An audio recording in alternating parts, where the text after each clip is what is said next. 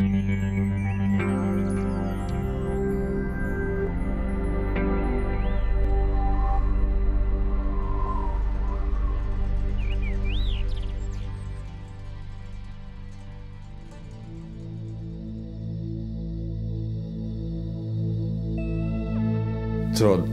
heel Indië is mijn hart oors worden. Heb ik eigenlijk een andere hart dan ik in werkelijkheid misschien heb. Zo. En dan bleek dus ik dat er in een vuurpeloton zitten had. Ik, dat moest er. Dat wie net, en hij doet niks vrijwillig. Maar dat moesten ze dan ik. En dan zit er een ploeg meesten op een rij en dan moet je niet wat die.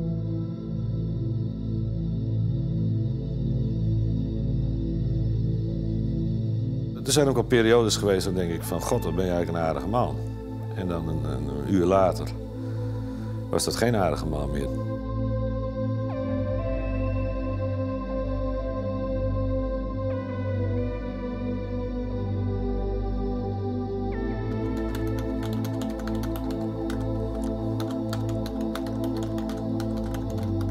En hier het Sierlien ik de eerste verhaal nog eens een keer van Oud-Indië jongens. En de moeder voelde me hier, hoe slim dat weer. En toen ben ik begonnen te schreeuwen. 8000 Friese jongens binnen op zijn meest naar Indië-West. De jongens die gingen een volstrekt onbekend avontuur te midden naar Indië. Ze stonden in juni toen getezen tussen Hechtem en Hartwit. En ze winnen jullie letter rond zijn patrouille. Ze zijn jongen te heen gegaan en ze zijn zwijgen voor omkomen.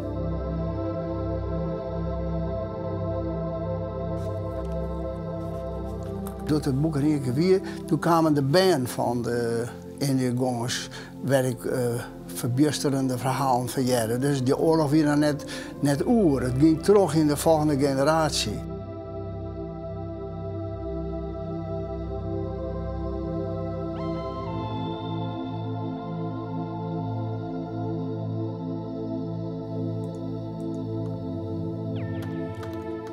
Hendrikus de Wolf van Sint-Niek komt er pas op lettere leeftijd achter wat zijn huid roon in Indië meemaken had. Hij wie in de Tweede Wereldoorlog oppakt en als dwangarbeider naar Duitsland afviert. Meer deer als leven komt er in december van 1944 thuis. En dan moet ik nog niet in Indië. En daar kreeg ik opdracht verskaat het zinstanders deer te zitten. Van slachtoffer viel scherpschutter rond hem dierder worden. Al die verschrikkingen had er als een al te zware les mee togen. Onze laatste woorden daar. Na de oorlog moest hij in dienst. En vanuit dienst is hij ogenblikkelijk terug naar Indië. Van zijn nummer zou er. Nou, dienstplichtig. Hij moest er van zijn nummer heen. En ja, maar zijn grote boord. Nou, dat is wat wij dan wat wisten. En voor de rest wisten we er net volle van.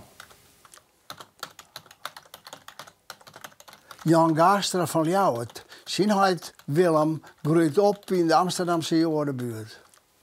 Na de oorlog had er als oorlogsvrijwilliger op naar Indië. En wat er daarmee maakt, bleek de letter net meer bij hem wijkrijgen te kennen. Zijn oorlogstrauma had grote gevolgen voor zijn huishouding. Eén ding weet ik wel, is dat hij met name dat verzet en natuurlijk wat er in de Tweede Wereldoorlog sowieso in Amsterdam gebeurd is natuurlijk. Hij woonde ook vlak tegen de Jodenbuurt aan.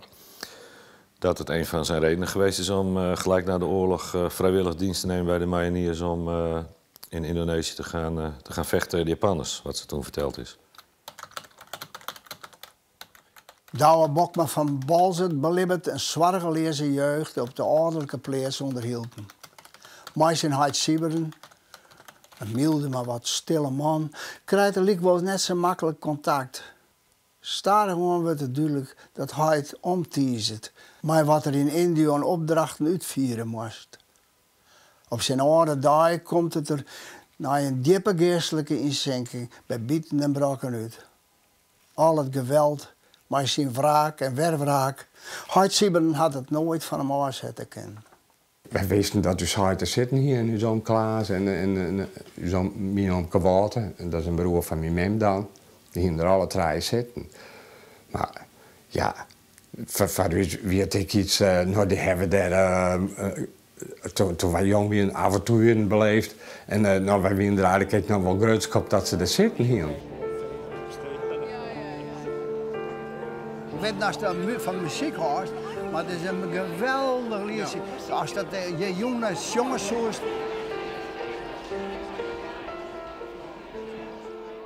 Een veteraan is een veteraan. Ik ben pas na de oorlogssoldaat geworden in Indië, van mijn nummer.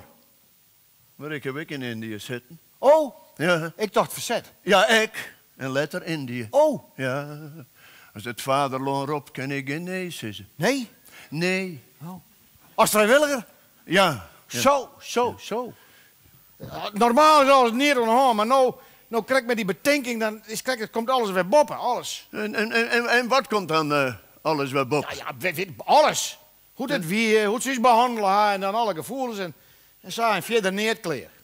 Dus dat komt alle weer boppen als je ophoudt van werken. Nee, dat komt al je boppen omdat het al je gebeurd is.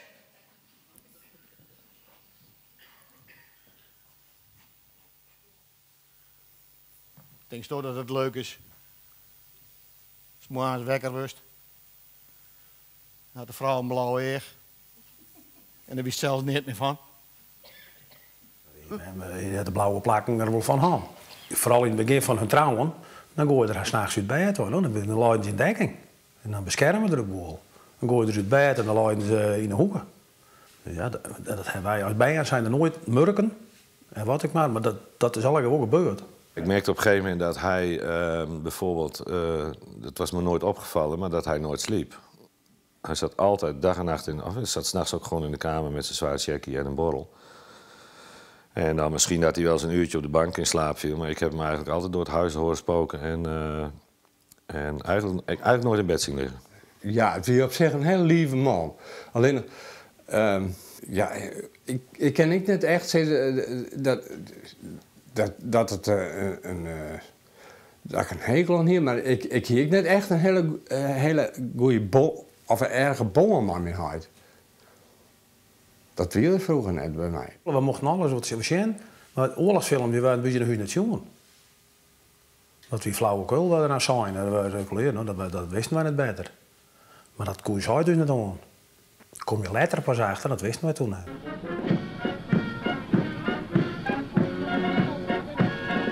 Enkele maanden na de bevrijding doen we er al je jonge jongens van een deal.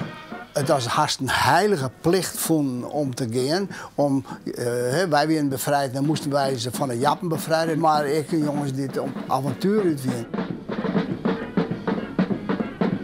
Zeg, wij wisten wel dat dus hij in Indië zitten hier. Maar wij hadden er een hele oor idee bij als toen jong waren. Ik dacht altijd vroeger dat dus hij in de Jappen vochten hier, maar dat weer helemaal niet zo. Daar zijn de eerste huizen van een stad. Alles is rustig. De terroristen zijn gewaarschuwd en hebben de wijk genomen dieper het binnenland in. Maar steeds moet rekening worden gehouden met mogelijk achtergebleven sluipschutters.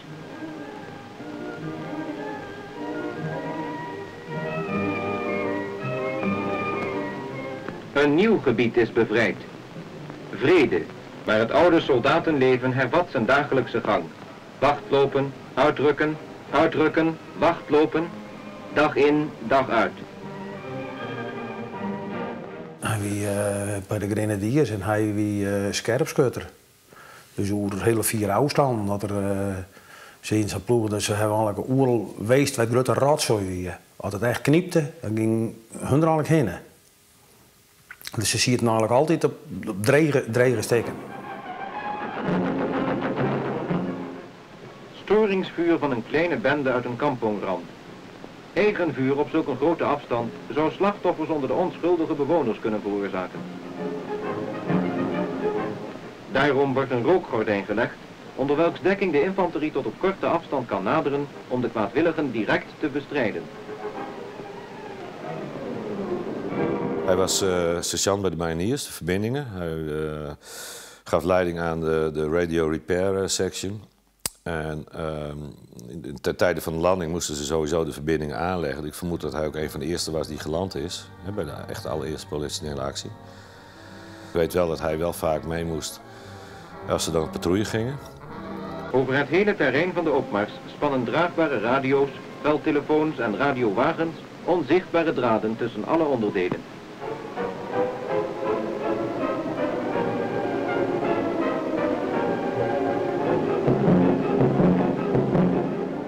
Wees eerlijk, de meesten hier nog nooit over de Oosterdijk West. Sjongend zetten de meeste jongens aan in die en ze kwamen zwijgend waarom. Als ze waarom kwamen. En wat wil het met die jongens? Wat gaan ze ermee maken? Waarom praten ze er jou net over? Wat verzwijgen ze in hun lettere leven? Dat zwijgen, dat jongens haast opleiden is. Terug de mensen die het hadden geestelijke verzorgers willen aan boord van de zeeschepen naar Hoesta. Dat ze zeiden, ja maar Harry, hier moet jij nooit over praten. Ik vermoed dat zelfs bij de marine of bij de mariniers gezegd is van er wordt niet over gepraat. Er is natuurlijk het is de vergeten oorlog. Het is nog maar een paar jaar geleden dat het ook allemaal erkend is door de Nederlandse staat. Ja, ik denk dat je zoiets mooi maakt. Kan ik me heel goed voorstellen dat de mensen die dat mooi maken hebben, dat die het lauwe maar een beetje voetstapje alweer. Maar dat wel hun hele leven mooi dragen met.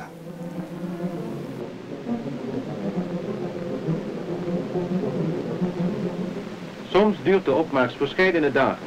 Harde dagen van zonnehitte en snelle marsen door zwaar terrein. Ze skammen hadden voor het verhaal wat ze te vertellen hadden. Dat ze moesten. En een hele hoop jongens dachten ik ben alleenig. Ik had zeker heel mee getroffen. Want iedereen in het hegere kader en in de politiek en in het bestuur praten van... ach, het is eigenlijk wel goed wat er gebeurd is. Ze hebben daar wat mooi maken, nogal aardig. En ze hebben hulp aan. Ze zijn in Nederland komen, ze zijn de Deldonderen en dat wie het. Rijd je maar. Nou, en dan wie de manier mee die er net op praten. Het weer heel verkeerd voor de jongens. Want die zien weer in een eenzame strijd terug te komen van hun geweten, hun schuld. Zou het dat altijd in stilte dat ondergingen?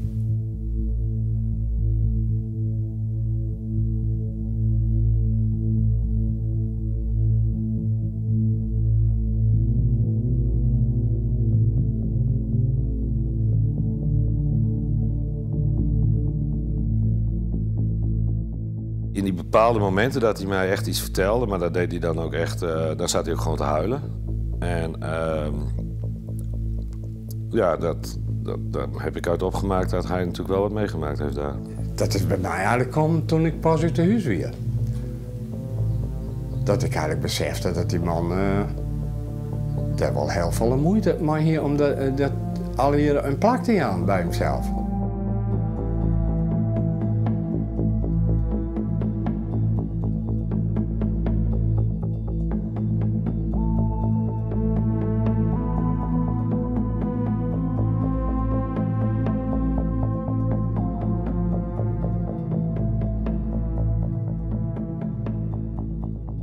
Wat vies er nou van? Dan moest het eens eerlijk zeggen.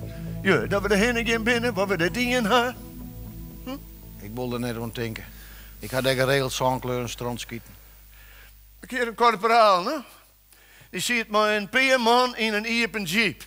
Beginnen ze in een kampong met stenen te gooien. Ja, er is een geweervuur van 2-3 kanten. Dat zij in die auto als een wiel te waai. En peer 100 meter verder ben er alle gebenen aan het bootje. Wat er ben erin? Wist er net eens, die korporaal. Ben je wel bij? Krijg eens bij mij in de klas. Ja, dan moest er maar net aan denken, want ik kan net sliepen. Ik kan net sliepen. Ik kan wel sliepen. Dan wil ik soms een wekker naks en dan wil ik van 2 kanten besketten. En ik weet niet waar ze zitten. Ik denk heel iets van, hak het wel goed in, hak het wel goed in. En dat denk ik weer en weer en weer. En... Het is misschien raar, een douwe. Maar mij plegen die deden Indiërs net. Ik weet niet waar ze binnen, waar ze wij komen, van waar ze hier binnen. Ik weet niet waar ze begroeven binnen. Ik ben bang. Had ik het voor goed hier? Ken ik mijn holodel lezen, mijn skingewissen? Gereformeerd, hè? En hij was scherpschutter, dus daar had ik verschillende om zitten. En dat jaar hij dan later, wat wij nooit weten hebben. En dan bleek dus ik dat er in een vuurpeloton zitten had. Ik, dat moest er. Dat wie net, en hij doet niks vrijwillig. Maar dat moesten ze dan ik. En dan zit er een ploeg meesten op een rij en dan moet je, die wat die. Nou ja, dat heeft wel impact natuurlijk.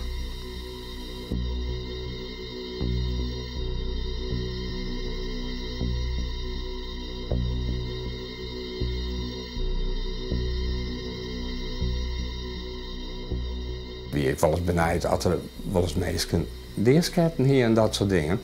Nou, dat wie dus ik het geval. Ze kregen ze eens een keer geen opdrachten hier van die rebellen of terroristen, ik weet niet hoe je dat nemen. Hier ze daar gevangen om. En toen kregen de sergeant, die kreeg daar ik opdrachten. Je moet dat spel maar even opruimen en je moet zeggen maar even weeren. Nou, de hele rij die waren daarvan bij de eigen leuning zetten en Ushiden die kregen de opdracht om de trekker maar over te halen.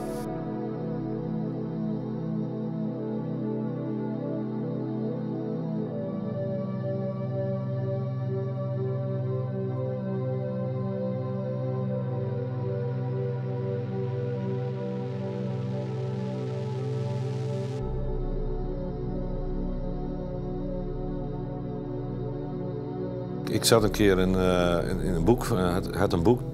Nou, er staan heel veel foto's in dat boek. En daar zag ik een aantal foto's met vlammenwerpers. Dat Mayonnaise met vlammenwerpers stonden te schieten, of hoe je het maar noemt, met vlammenwerper.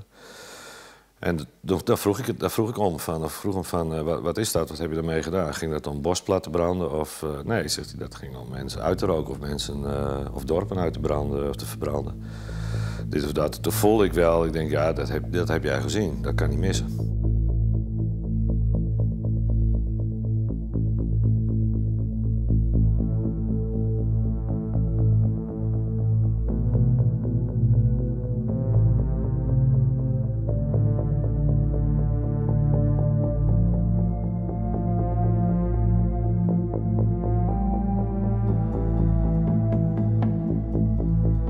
Maar dit is net hij die het alleen dat dieren had, maar dat weer de hele oorlog. Alle dagen gebeurden er een ontelbare verschrikkelijke dingen. Van wraak en werwraak. Het was een guerrilla-oorlog. Maar toch een leger, zo groot hier in Nederland nog nooit een afvaardiging de zee opstuurde. In de geschiedenis. Onze taak in Indië is het grondvesten van een nieuwe samenwerking. Gewapend optreden geschiet slechts daar waar terreur heerst. Oh, zo hier is wat ze kregen had toen ze thuis kwamen. Oh ja. Daar heeft het rijden verwerkt. In totaal kregen er 416 goenen 36. Ja, dat weet ik wel wat worden. Gedateerd. Zomermaaien, jantje 50. Dat is ik weer zo niet. Een verlogpas. Ja. Nee. Ja, wat zal er best zijn? 54, 60 hier, zoiets. Toen is het eigenlijk begonnen. Toen kwam er echt wel in de knoei maar hemzelf. Persoonlijk heb ik dat nooit echt zoveel, dat die man in de knoei ziet. Totdat op een gegeven moment zijn 4 wier zo, nou ja. Moest er nou wat weten, maar een psycholoog. En dan is ook zo te praten met het waan. Ik denk, dan wil je een beetje vernuiveren. Daar komt hier nog aan, had een kris in de haan, rent terug op uw stad. Handgranaat. Waar komt die zo gauw bij? Weef daarmee aanhouden, dan best het kwijt. We weven ermee aan. Ja. Ik weet niet hoe vol het binnen. Het is laat. Dan moet je bij. Voordat er oorlijkse mondjes komen om wraak te nemen. Je bij, zo 4 mogelijk. Nee, hoes. Nee, dat red ik niet. De drent die brengt dus voordat het volslaand zuster is weer bij de Kali. Wat doe ik? Jou die model. Oren kant de Kali ben we veiliger. Het is hier aan deze kant veilig genoeg. We matten de Kali hoor. Nee, ho, douwe. Dat is kanaal. De Kali, dat zit in die holle, jongen. Dat zit al hier in die holle. Ja, doe maar, best, ja. Jou die maar even del, jongen. Best, genoeg. Jou die maar even... Even komen. Ik kan het niet meer precies terughalen of het nou mijn 11e was, of mijn 10e of mijn 12e. Maar ik weet wel dat ik op een gegeven moment ging merken dat er heel veel gebeurde. Hè. Ik voelde een soort spanning opkomen van... En ik merkte aan mijn vader dat hij... nou, in plaats van eens een keer een borreltje voor het eten of op een verjaardag... dat op een gegeven moment dagelijks ging doen met de gevolgen van dien. Enorme spanningen tussen mijn vader en mijn moeder. Ik merkte zelfs al een soort... ja, ik noem het dan psychologische oorlogsvoering, maar dat er ontzettend veel haat en nijd naar boven kwam. Vast in pensioen, dus ik denk om erbij zijn 60e. Krijg ze altijd dat ik ongeveer nou ben. Is er een hele jaar is er verschrikkelijk spannend geweest. Het er nachtmerries aan het oorlogen en dat, ja, toen kwam alles weer om. Ik ben een aantal malen wel vreselijk geschrokken dat ik thuis kwam of dat hij echt zo vreselijk dronken was. En ja, dan schrik je heel erg, ja. Het probleem was dat hij op een gegeven moment ook al vrij vroeg de eerste symptomen van het syndroom van Korsakoff kreeg. En dat heeft er uiteindelijk geresulteerd dat wij de scheiding van mijn ouders zijn gaan regelen. Want mijn moeder ging er ook helemaal aan kapot.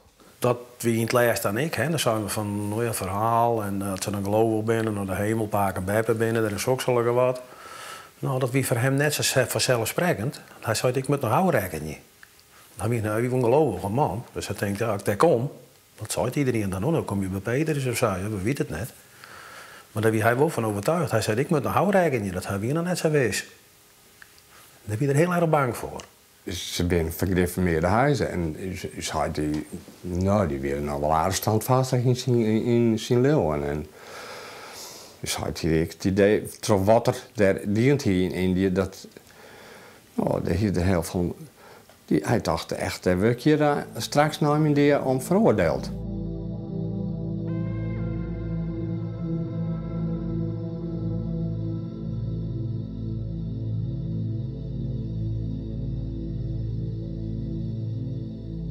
Hadden klachten, hadden angsten, hadden verwarring, betiezing over wat ze meemaken hier. Dat we hier genomen, de ziekte hier genomen. Posttraumatische stressstoornissen zat hij in alle oorlogen die daarna gevierd zijn, zoals de Vietnamoorlog, de Koreaoorlog. Die had het al in namen gekregen. Ik ben er soms wel eens boos om dat die regeringen daarna nooit er wat aan diend hebben. Om die mensen er maar te helpen. Het is eigenlijk schandalig hoe er met die jongens omgaan is. Dat doen ze dan ook beter. Die uit Afghanistan rondkomen en nemen al die oorlogen maar op. Die worden opvangen, die worden begeleiden. En deze jongens niks. Terwijl het misschien nog net minder weet om te gaan.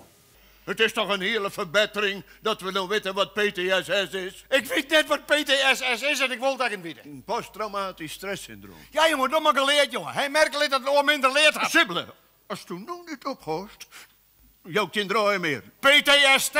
Hoor die de bek, ben ik gereformeerde piepermuntenbek. PTSS. Ja, SS, ja. Ze maar dan skam je die jongens uit de Libanon en Joegoslavië. Zuurtjes ben douwe. Zuurtjes. Sibylle, dan draait je tot terug. Als ik erop draai, dan draai ik terug. 1000 man die hun tijd in de tropen hebben uitgediend en een groep verlofgangers stomen met de Nieuw-Holland de haven van IJmuiden binnen. Bij de grote sluizen wachten familieleden en vrienden hen op. Dit is het eerste contact met thuis.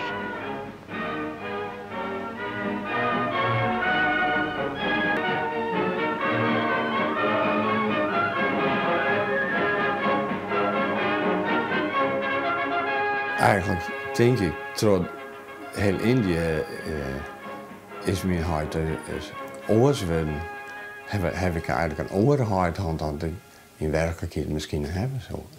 Ik heb het idee soms ook wel dat het een beetje zijn weeromslag op uw hand heeft. Ik heb ook 2 dochters. Alleen, ja, ik hier toch het idee samen met een hard wezen. Ik heb nog wel een goede boom aan mijn dochters.